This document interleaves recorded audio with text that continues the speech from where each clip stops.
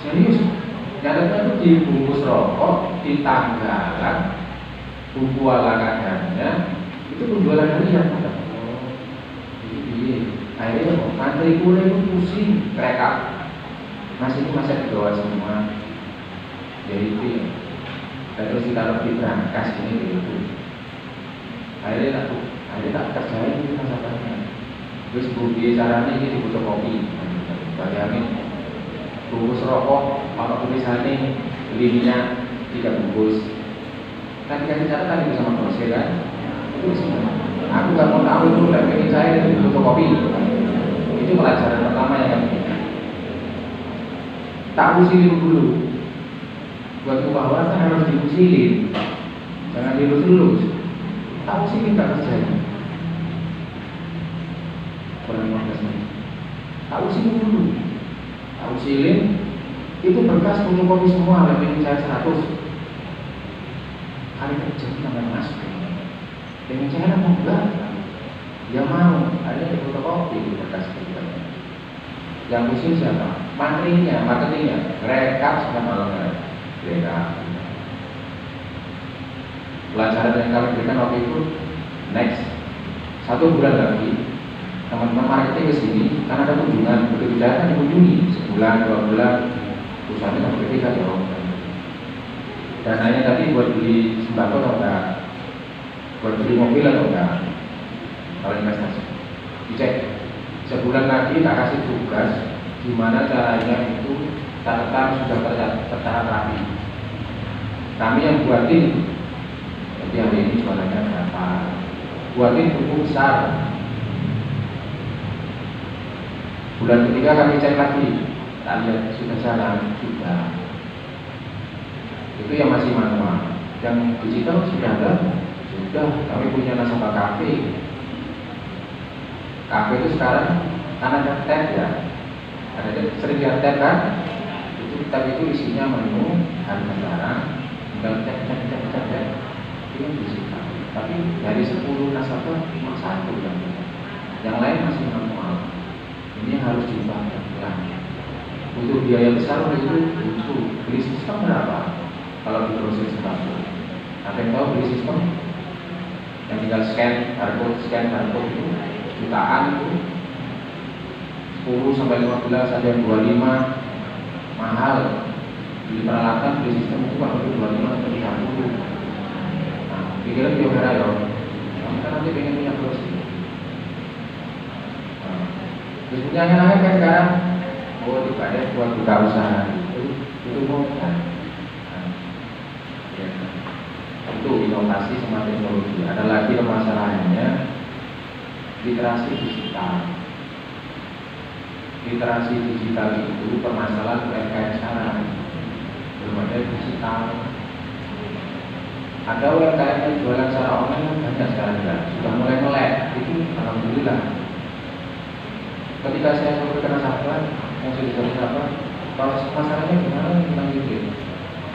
Lewat toko semua online. Mereka sudah mulai Shopee, Tokopedia, Kalapak, semua mereka jualannya sudah punya user. Itu positif. Kalau literasi digital sekarang sudah mulai tergerus. Jadi mereka sudah mulai mulai masalah. Nanti itu kemana sih arahnya? Kalau literasi digital global e-commerce. Global e-commerce itu harapannya UMKM itu nggak masalah di sini saja. Bisa kirim ke Cina, bisa kirim ke India, bisa kirim ke Amerika langsung. Global e-commerce. Baik dia jualan langsung maupun lewat perusahaan afiliasi. Perusahaan afiliasi itu apa? Jadi ketika banyak peraksinan yang di sini kirim ke Bali, kebanyakan kirim ke Bali ya. Mereka kirim langsung enggak? Enggak, mereka enggak kirim langsung. Ada perusahaan afiliasi di Bali yang dia menampung jadi kerajinan itu dikumpulkan terus dikirim ke luar negeri lewat situ. Misalnya nanti ini daerah ini mau kirim bahan kue ke Cina lewat apa? Global e-commerce bisa, terus aplikasi banyak jalan kekuasaan. Terus ada lagi masalah produktivitas, legalitas dan perizinan. Nah, ini penting. Saat ini pengajuan pembiayaan di bank itu harus ada legalitas usaha, perizinan. Plus saya kemarin itu peraturan KUR yang terbaru itu calon nasabah itu harus terdaftar sebagai peserta BPJS. Ayo, kamu udah punya BPJS? Ini saya kemarin baca itu dulu juta. Nah, wajib. Jadi yang mengajukan KUR itu harus punya BPJS. Saya suka. Aturan ada itu. Kalau nggak ada BPJS, nggak bisa cair. Di sistem itu dikunci. Peserta belum terdaftar BPJS. Pak, daftar dulu BPJS. Teman-teman mengarahkan BPJS. BPJS tenaga kerja atau kesehatan. Kalau sekarang BPJS tenaga kesehatan nggak boleh. Paling kita lagi bener. Sudah vaksin booster belum? Ada vaksin booster kedua kan lagi. Mulai hari ini ya, 24 Januari ya. Kamu booster berapa? Booster berapa? Hah? Ini booster berapa kali?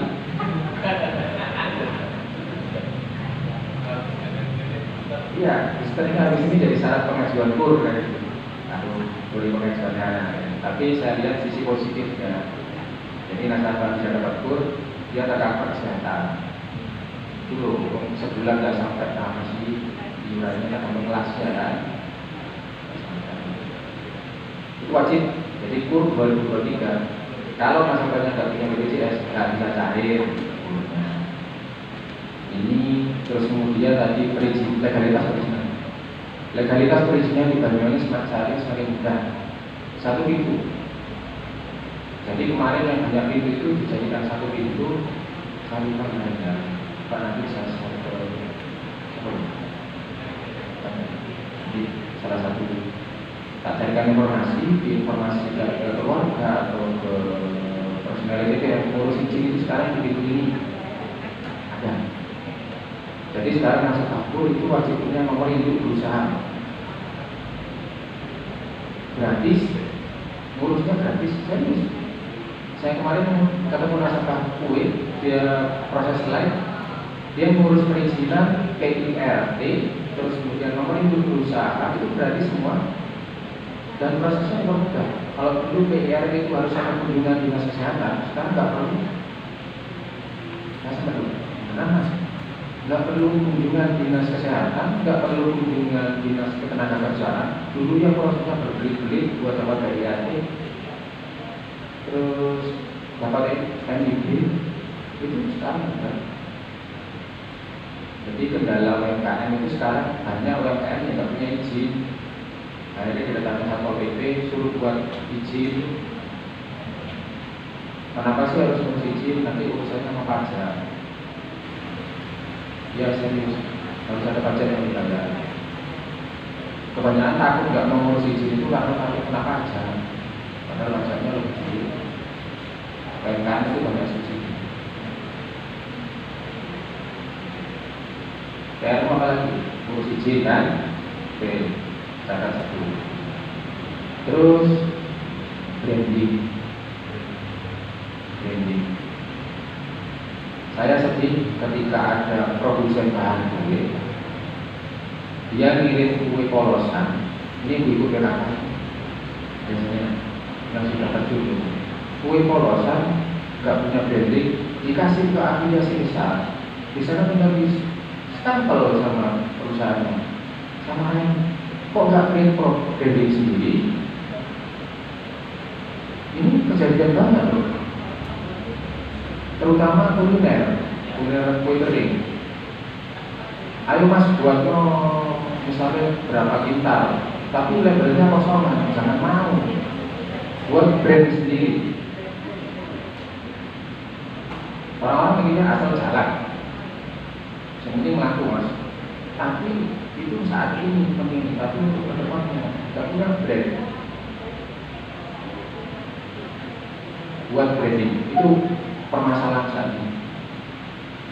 dan pemasaran. Kalau pemasaran sekarang nggak ada isu ya kayaknya, bisa jualan online kan. Kamu tadi mau buka apa? Butik, resto. Sekarang kan ada Gojek, GoFood, terus Shopee Food masuk Banyuwangi belum? Iya, Shopee Food belum masuk sini, padahal itu murah. Nah, GoFood sama Gojek. Pemasaran nggak ada isu sekarang, aman. Orang jualan tinggal duduk di rumah, bukan Gojek sudah nyamperin, Pak Grab sudah nyamperin, ya tinggal kreatif. Cuma ada beberapa nasabah kami yang kesulitan pemasaran, terpaksa pakai perusahaan afiliasi, dia nggak bisa nembus pasar ekspor. Tapi minimal dia sudah mulai berjalan ke arah sana. Itu. Terus kemudian SDM, SDM ini pusing banget, atau SDM di UMKM itu. Kenapa sih masalahnya? Yang sering saya lihat ya, nanti kalau ada SDM jadi pengusaha, paling pusing ngurusi SDM. Kenapa? Keluar masuk, wis dikerjakan pinter, udah kerja 2 tahun, resign. Keluar, dia buka usaha sendiri yang hampir sama. Itu kejadian bolak-balik. Tapi nggak usah khawatir, rezeki kan sudah diatur. Kalaupun ada anak tua yang dulu buka usaha yang sama, nggak akan terganggu di sini. SDM itu isu yang paling sentral saat ini. Jadi SDM-nya kurang terlatih, terus sering keluar masuk. Itu isunya sekarang. Kalau saya kunjungan ke nasabah yang sudah lama dulu, karyawan kok kayak telur, si telur yang di metu, harus nyari baru, ngajari lagi. Nah itu nanti sama itu kalau misalnya kamu buka usaha resto, chefnya nanti gonta ganti. Jadi chefnya itu kalau sudah cocok, konsumen cocok, chefnya ganti, itu pengaruh. Itu gitu. Kejadian di nasabah saya tidak. Pertama rame, terus kemudian sepi. Tak tahu menyebabkan chefnya ganti. SDM, UMKM. Terus kemudian sertifikasi halal. Sekarang itu mudah prosesnya. Saya kemarin kunjungan ke kantor Kementerian Agama Banyuwangi. Proses sertifikasi kan diambil kemenang. Jadi prosesnya sekarang gampang, tidak sesulit yang kemarin. Saya kemarin acara di Kemenang sekalian penyerahan simbolis sertifikasi halal ke nasabah UMKM dan kuliner maupun produk yang lain. Iya beneran, prosesnya gampang sekali. Sertifikasi, terus pelatihan. Kalau pelatihan ini yang memang harus mulai sejak dini. Makanya tadi saya memberikan masukan ke SMKM Muhammadiyah, terus ITBM. Pelatihan ini memang harus ditanamkan untuk adik-adik mulai saat ini. Kalau ke ibu-ibu PKK ini pasti pelatihannya terus-menerus. Saya yakin dari desa biasanya ada di paling ngumpul kerumpi itu bahas pelatihan. Ayo kita ngumpul rugi, bukan ngerasanya tombol, tapi rugi gimana buat usaha bisnis. Itu PKK, biasanya gitu, ngumpul bareng. Ayo kita buat kegiatan apa? Dasar. Jangan meremehkan dasar dulu. Dasar itu gerakan ekonomi loh sekarang. Pernah lihat di Temburu, yang acara Lingsir Wengi itu kan pertama kecil. Bayangin sekarang ada berapa booth orang yang jualan makanan. Ada 100 booth itu tempat lapak. Itu di Menceroni. Kalau satu booth itu semalam bisa jualan 3 juta. Terus di situ ada 100 booth. Uang muter selama berapa jam itu cuma 3 juta. Uang muter jangan terlelekan tuh. Itu orang-orang rata-rata omsetnya sampai dengan 3 juta, 4 juta. Apakah itu menggerakkan ekonomi di wilayah Bengkulu? Iya, menggerakkan. Jangan sepelekan dasar makanan yang ala kadarnya itu. Itu perputaran uangnya bisa ratusan juta. Ini UMKM. Makanya ketika saya tadi kemarin ditelepon sama salah satu panitia, itu bisa banyak sekali. Kalau pengusaha, saya bisa bicara program. Tapi kalau misalnya masalahnya adik-adik, terus kemudian ada ibu-ibu, kita bahas UMKM secara program. Gimana caranya Anda dulu untuk buka usaha atau mengkreat usaha. Kalau misalnya nanti mau jadi karyawan ya monggo, tapi di rumah nggak usah. Banyak yang itu banyak. Sekarang usaha bisa dikontrol dari luar. Kalau masnya ini punya istri di rumah, dia kerja, jadi pimpinan cabang bank, istrinya di rumah buat usaha. Bisa kan? Bisa. Pertanyaan baik ini, misalnya dia jadi pimpinan cabang, suaminya buka usaha di rumah, bisa nggak? Bisa. Itu makanya semangat untuk berwirausaha itu yang mulai harus berdiri. Nanti mulai sampai rumah, jadi pikir ada menjelang rumah.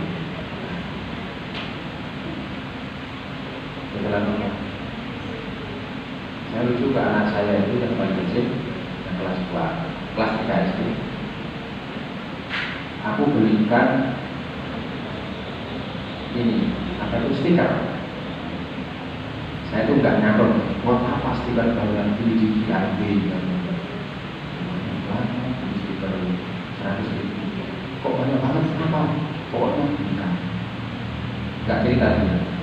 Besoknya jadi hanya nanti ini satu stiker ini kemarin kan beli satu lembarnya sekian, tak jual 1.000. Satu stiker itu sih tak tempel kan.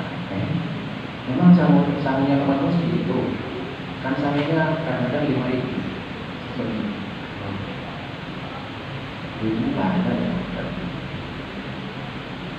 Dari stiker itu pecah-pecah dijual per bijinya 1.000. Padahal itu loh, satu lembar itu berapa ribu, dijual 1.000. Berarti murah yo. Ya itu kadang-kadang lucu anak kecil. Tapi itu adalah salah satu bukti dia mau jualan. Kamu mikir mau jualan apa nanti?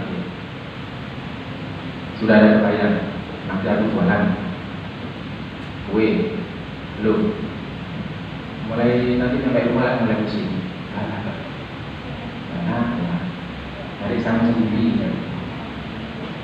Yang mahasiswa itu paling berat, tapi pikir dengan apa ya? Dengan apa yang online?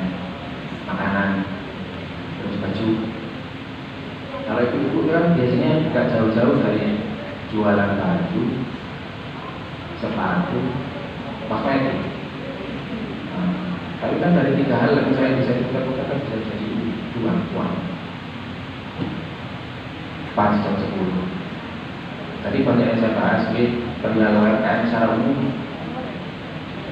Kalau mau lihat sekilas slide saya, nggak next saja. 2 menit itu kurnya itu. Ada kur super mikro yang 10 juta, kur kecil itu sampai dengan 500 juta. Terus next.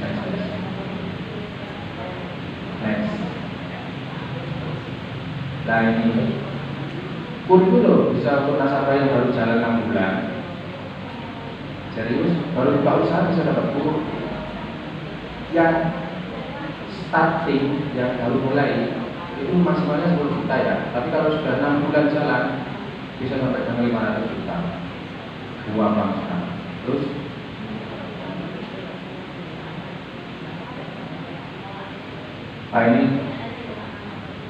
ini sejelas saja nih. Materinya tadi sudah saya share ke panitia. Ini pengajuannya. Next saja. Ini usaha UMKM calon penerima kur gambarannya. Next. Ini jaminannya apa saja sih? Banyak jaminannya bisa dipakai. Ada BPKB, lagi, ada sawah, ada pun, ada. Next. Ini sektor yang gede, ini sektor PMKM yang 99% itu ada di sini semua. Yang menopang kita itu ya di sini. Pertanian, kelautan, industri pengolahan, produksi, sektor jasa, sektor pariwisata, macam-macam. Jasa produksi, sablon, itu masuk. Perdagangan, sembako, kue, masuk. Next. Nah ini sampai 500. Next. Ini yang proses. Kalau saya dari BSI cabang Banyuwangi Ahmad Yani, kalau Bapak itu nanti berminatku, ajukan aja di BSI terdekat. Di Genteng itu ada di Ponorogo depan dengan Gajah Mada. Di Rumah Sapi ada 2. Kalau yang di Jember itu banyak kota ada 3. Kalau misalnya butuh apapun, mau naik haji, mau umroh, mau nabung, terus itu 2 miliar, 10 miliar, saya terima dengan senang hati. Ada yang punya 10 miliar, punya, masih on the way kan. Bangun teratur pasal jauh. Jadi ini Bapak Ibu, terus ada hadir, saya tadi berikan intisari dari kondisi UMKM di Indonesia. Banyak PR yang harus kita selesaikan bareng-bareng, baik itu literasi wirausaha, itu tugasnya kita semua. Tugasnya lembaga pendidikan kepada anak didik. Terus kami juga punya tugas literasi ke nasabah binaan kami maupun calon nasabah, itu lewat tadi Kaleta Wirausaha BSI. Terus kalau literasi keuangan kami juga sudah jalan melalui pembiayaan pun maupun pembiayaan lain. Jadi setelah ini ada materi kedua dari ini. Kebetulan itu adalah target fokus kami. Kami harus kolaborasi dengan tim maupun komunitas bisnis yang lain. Mungkin kalau ada pertanyaan, kita sambung di sesi tanya jawab ataupun pas 1 jam. Terima kasih. Assalamualaikum warahmatullahi wabarakatuh. Baik, saya ucapkan terima kasih kepada Bapak Agus Mendele SE selaku Micromanaging Manager dari Bank Syariah Indonesia.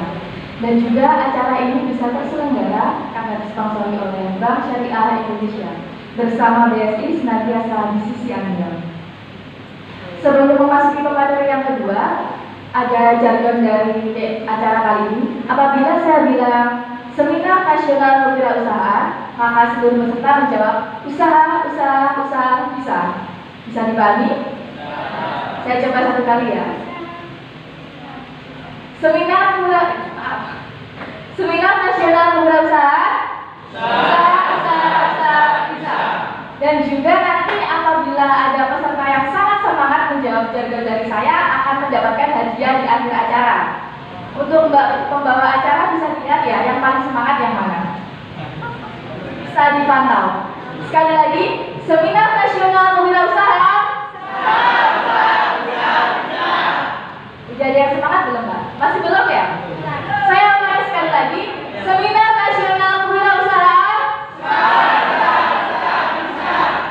Kayaknya masih powernya masih 50% nih, kurang memenuhi. Saya ulangi lagi ya, Seminar Nasional Kewirausahaan. Udah ada, Mbak? Oh, sekali lagi, kata Mbak Des, sekali lagi ternyata, biar sampai 100%. Baik, Seminar Nasional Kewirausahaan. Sudah ada? Mungkin bisa ditunjuk barangkali nanti tidak lupa. Yang mana Mbak kira-kira yang paling bersemangat? Saya. ibu yang belakang. Oh, perkenalan dulu mungkin. Yang mana kira-kira Mbak? Sebelah pintu. Oh, ibu dari PKK Bintang ya?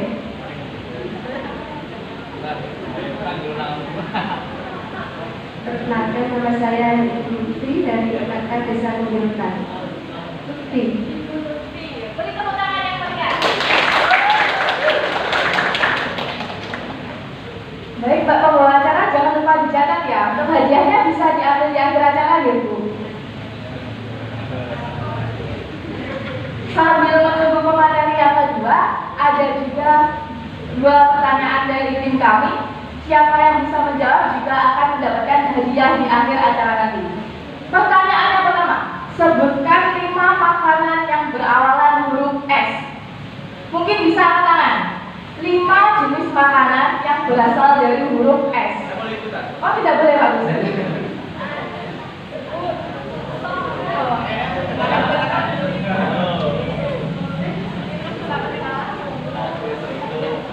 Ya, perkenalkan nama saya Wakil Satunya dari PKK Desa Kalijodo. 5 makanan yang berawalan huruf S. Sosis. Ya, sosis. Seafood. Somai, dan juga kalau biasa. Ayo putar satu. Sempol. Dilihat dari jenis makanannya ini sebenarnya itu penikah kuliner ya, Bu ya. Ini zaman-zaman sekarang itu seafood, somai, sempol. Ada 1 pertanyaan yang tersisa. Dari materi tadi, sebutkan 3 macam kur yang dijelaskan oleh Bapak Handoyo SE. Perkenalkan, nama saya Satria Haji. Kur yang pertama kur kecil, mikro, super mikro.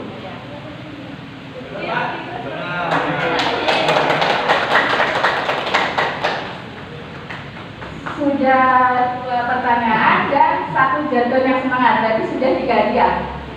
Kira-kira nih, perlu tambahan hadiah lagi apa enggak? Perlu. Yang 1 apa ya di pertanyaannya? Oh iya, sebutkan nama saya. Oh enggak ya, maaf, itu bercanda. Sebutkan 5 permasalahan yang dihadapi oleh calon kewirausahaan. Oke, Banyak langsung angkat tangan di semangat. Perkenalkan, nama saya Karaman Andia, yaitu yang pertama sal biaya atau pengeluaran, yang kedua yaitu perizinan, yang ketiga pemasaran atau brand, yang keempat SDM, yang kelima sertifikat. Baik, beri aplaus yang meriah. Baik, saya cukupkan ya, sudah ada 4 total hadiah yang nanti akan diberikan. Saya kasih clue, hadiahnya nanti berwarna coklat. Hadiahnya berwarna coklat, tapi nggak tahu isinya apa. Bisa jadi apa ya? Bunga kah? Atau sepeda listrik? Nggak tahu ya. Pokoknya hadiahnya berwarna coklat. Baik, 1 kali lagi ya, jargon. Seminar Nasional Kewirausahaan, usaha bisa. Oh ya, beri aplaus yang meriah dong.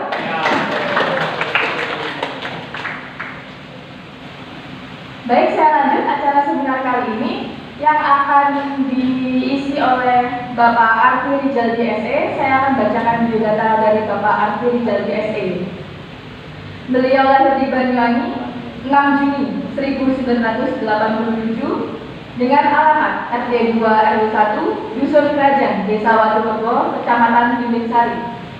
Pendidikan alumni dari SMP Negeri 1 Banyuwangi, SMA Negeri 1 Braga, dan S1 Ekonomi Universitas Brawijaya dengan keahlian, kemampuan analisis ekonomi pembangunan, kemampuan memecahkan masalah, kemampuan kepemimpinan. Organisasi Sekretaris Umum HIPMI DPC Banyuwangi mulai dari 2022 hingga 2025. Wakil Ketua RRI Banyuwangi 2019 sampai 2024. Bendara Umum HIPMI DPC Banyuwangi 2019 sampai 2022. Wakil Ketua Kadin Banyuwangi mulai dari 2019 sampai 2024. Untuk riwayat karir,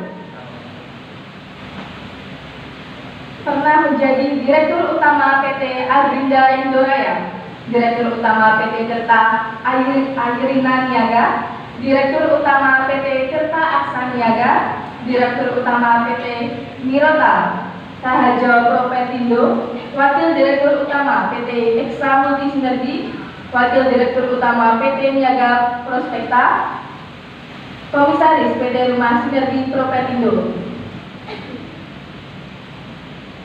Baik, mari kita sambut dan beri aplaus yang meriah kepada Bapak Alfi Rijali SE.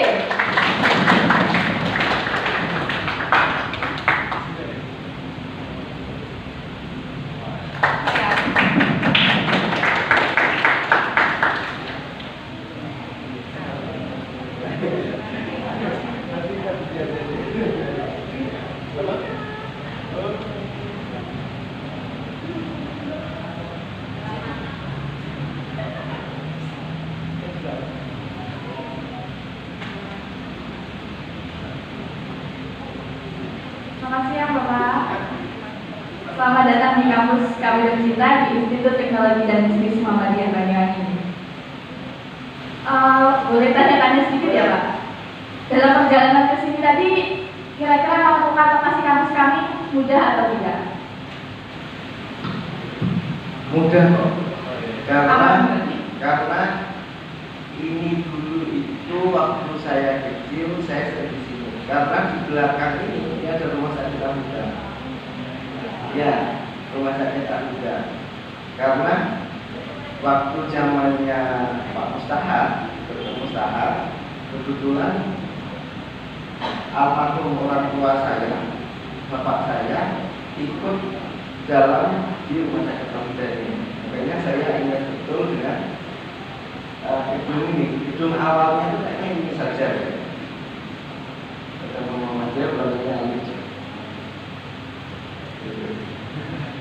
Kebetulan saya juga baru 3 sini Pak, jadi masih kurang paham ini. Kamu umur tahun berapa itu mungkin? 90-an mungkin Pak? Saya lagi 2003. Oh iya, belum ada. Baik, mungkin langsung saja bisa langsung memaparkan materi yang sudah disiapkan. Iya. Izin Bapak. Assalamualaikum warahmatullahi wabarakatuh. Saya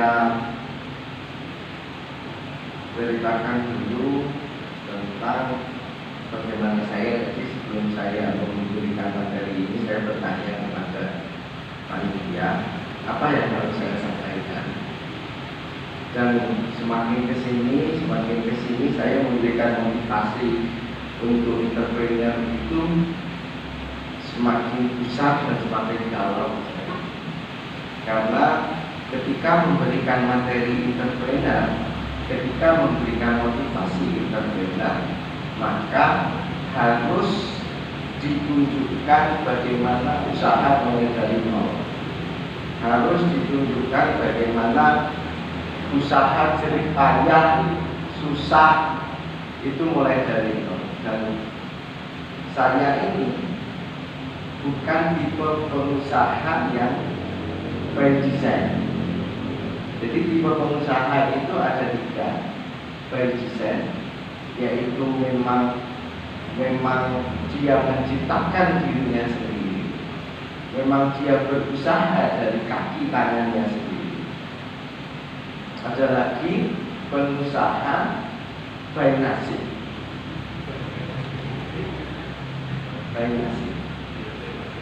Nasib saya dilahirkan dari orang tua pengusaha, dan saya dari kecil sudah mengenal dunia usaha. Dari kecil saya sudah menjadi pimpinan dari perusahaan. Karena ada nasab, yaitu orang tua, yang menjadi pengusaha. Maka saya kesulitan untuk mencari tentang susahnya saya menjadi pengusaha. Dan kalaupun saya bercerita tentang susahnya menjadi pengusaha, pasti tidak akan percaya.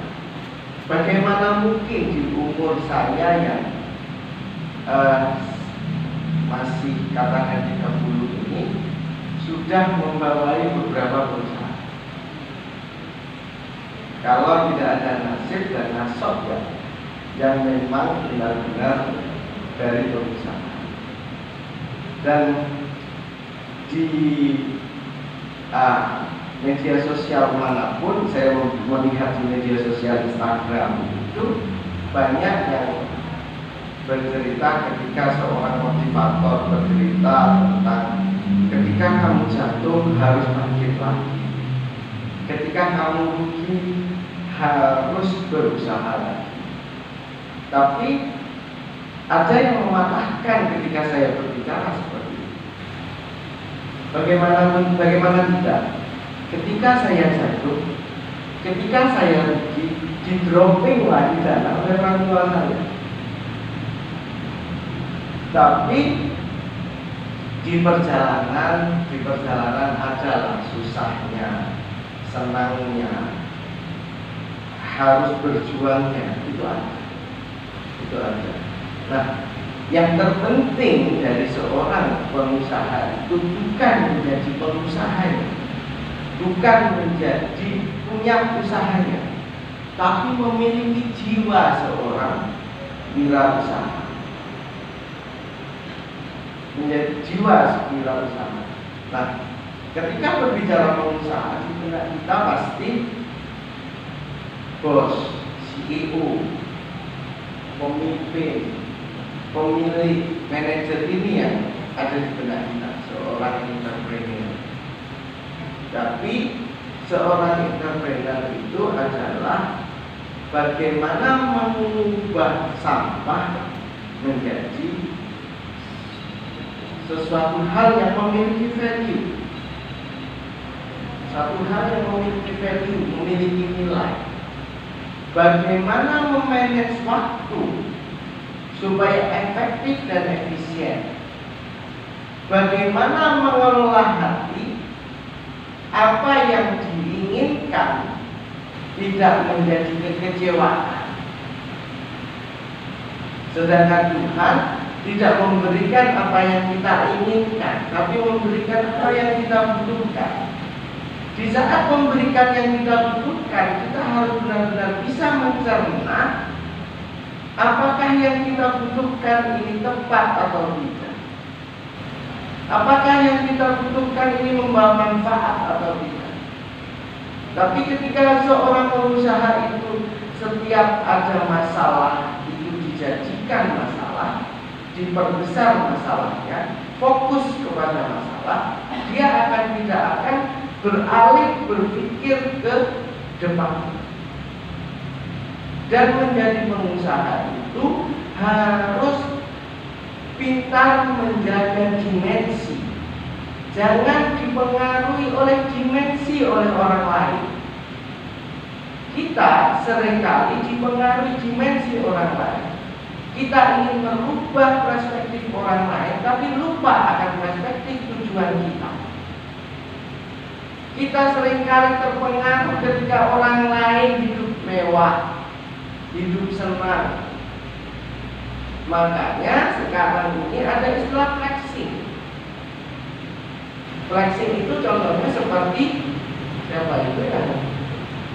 Nah itu binomo itu apa? Doni Salmanan, terus Indra Ken.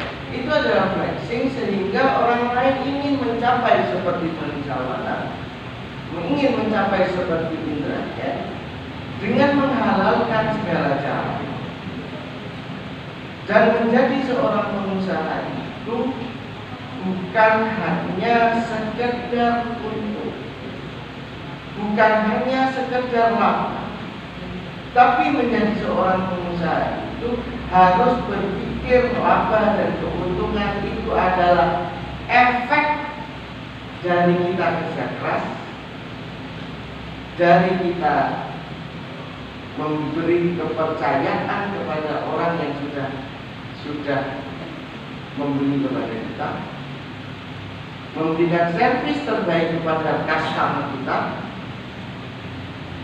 Ketika kita memberikan yang terbaik itu mengakibatkan keuntungan. Ketika kita memberikan sesuatu yang puas kepada customer, sehingga customer itu menjadi customer loyal. Ketika customer loyal, maka perusahaan akan jalan. Oke. Nah, ini adalah jiwa dari seorang entrepreneur.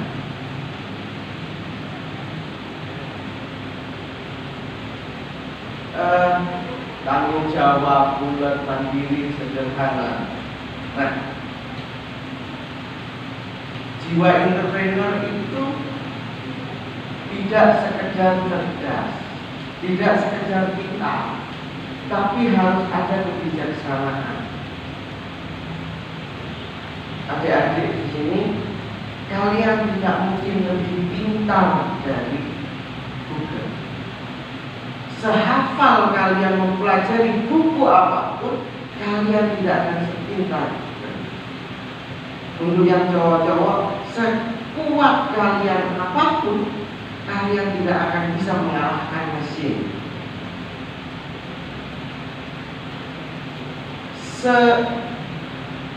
Sekerja keras apapun, kalian tidak akan bisa mengalahkan teknologi. Apa yang tidak dimiliki oleh teknologi? Yang tidak dimiliki oleh teknologi adalah hati. Yang tidak dimiliki teknologi adalah kebijaksanaan. Seorang pemimpin itu tidak lebih pintar dari stafnya. Seorang pemimpin yang bisa mempersatukan orang-orangnya, mempersatukan sumber daya yang ada, sehingga sumber daya itu keluar. Kalau di sumber daya manusia mengeluarkan ide-idenya, ketika ide-ide dari para bawahannya keluar, maka kebijaksanaan yang harus muncul, hati yang harus dipergunakan. Ketika kebijaksanaan yang keluar, maka orang yang pintar itu mengerti apa yang dia inginkan. Tapi orang yang bijaksana itu mengerti apa yang dia tidak butuhkan dan dia tidak inginkan. Mengerti. Ketika seseorang memiliki uang banyak, harus membeli ini, membeli itu, membeli hal yang tidak dia butuhkan. Contoh kecil saja, HP. Apa fungsi dari HP? HP adalah alat komunikasi, ya. Tapi ketika berbicara orang yang pintar mengatakan dia menginginkan. Ketika berbicara menginginkan, yang ada adalah nafsunya, yang ada adalah gengsinya. HP harus merek ini, kamera harus seperti ini, aplikasi harus ini. Jadi dia tahu apa yang dia inginkan. Tapi ketika berbicara orang yang bijaksana adalah dia berbicara secara kontekstualnya. Dia berbicara kontekstualnya, bukan tekstualnya. Dia mengerti fungsinya, dia mengerti akan manfaatnya saja, sehingga dia tahu apa yang harus dia lakukan. Ketika kita berbicara pola pikir yang harus ditanamkan itu ada 4 tahapan ini. Saya hanya mengambil contoh dari sini. Ketika di suatu perusahaan ada orang yang gatal, bentol-bentol, ya. Ada yang bentol-bentol bergatal. Ketika pola pikir kita hanya sampai pada peristiwa, maka orang tersebut hanya berpikir kejadian saat itu saja. Oh, ada orang bentol-bentol. Itu tidak cukup. Kita harus berpikir tentang pola. Pola itu adalah kejadian yang berulang. Ketika kita melihat peristiwa bentol, kita amati itu bentol, kita tahu jamnya, kita tahu harinya. Kita tahu harinya, misalkan bentol jam 12 jam 1 siang hari Selasa. Nah, seperti itu ya. Itu polanya. Setiap Selasa ada karyawan yang bentol-bentol jam 1 siang. Itu pola ya. Nah, terus berbicara struktur. Berbicara struktur ini berhubungan dengan perusahaan, berhubungan dengan organisasi. Setiap hari Selasa jam 1 siang ada karyawan yang bentol-bentol. Dicari strukturnya. Jam 12 siang itu ada makan siang di kantin. Dicari suppliernya siapa. Jam 12 siang makan bakso, seperti itu ya. Makan bakso. Oh, berarti karena makan bakso anak ini bentol-bentol setiap Selasa. Karena Selasa itu hanya makan bakso saja setiap Selasa. Nah, mental modelnya adalah kenapa harus bakso? Bakso ada efisiensi harga di suatu organisasi itu, sehingga organisasi itu memutuskan untuk mengambil supplier si A karena harganya lebih murah. Ketika pola pikir yang seperti ini, maka solusi akan mudah dicapai. Ketika kita paham akan peristiwanya apa, ketika kita mengerti polanya bagaimana. Contoh begini, saya baru melihat di TikTok ada cerita yang bagus. Ada 3 orang berjualan sisir di wilayah kuil. Ya, ada 3 orang suruh jualan sisir di kuil.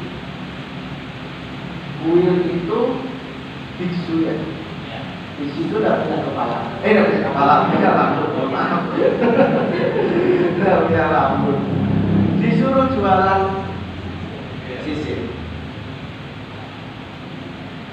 Setelah jualan, orang yang pertama dia tidak menjual satupun sisir itu. Kenapa? Karena dia tidak ada yang beli. Yang kedua, dia mampu menjual kurang dari 10 sisir. Yang ketiga, dia mampu menjual sisir sebanyak 100 lebih. Apa bisa jadi dari 3 ini? Ada yang bisa jawab? Ada yang bisa jawab? Ada? Ada? Tidak ada. Dari 3 ini hanya berbeda sudut pandang dan pola pikir. Yang pertama, berpikir kuil itu adalah berpikir biksu. Berpikir biksu berarti pangsa pasarnya adalah biksu.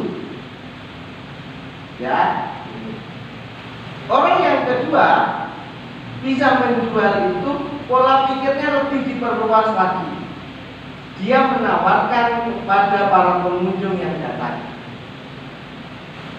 Jadi dia menawarkan secara personal approach, personal selling, dia menawarkan langsung ke pengunjung, langsung ke ini.